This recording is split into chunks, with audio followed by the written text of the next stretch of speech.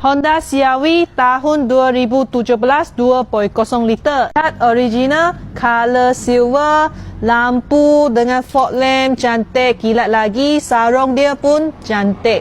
Sport rim original, color 2 tones, 17 inci. Bonnet dia sangat besar dan luas, boleh letak banyak barang.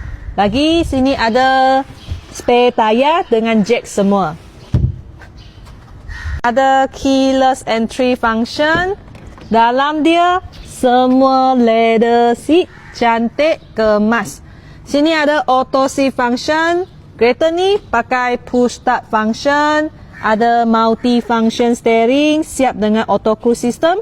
Lagi ada pedal shift, pakai digital meter. Dashboard original player, semua cantik, condition baik. Lagi ada electrical handbrake dengan auto hold system. Lagi ada eco mode system. Ini kereta memang banyak jimat minyak. Sekarang kita tengok belakang seat. Belakang seat pun sama, semua leather seat, cantik, tak ada koyak. Lagi ada aircon blower dekat belakang.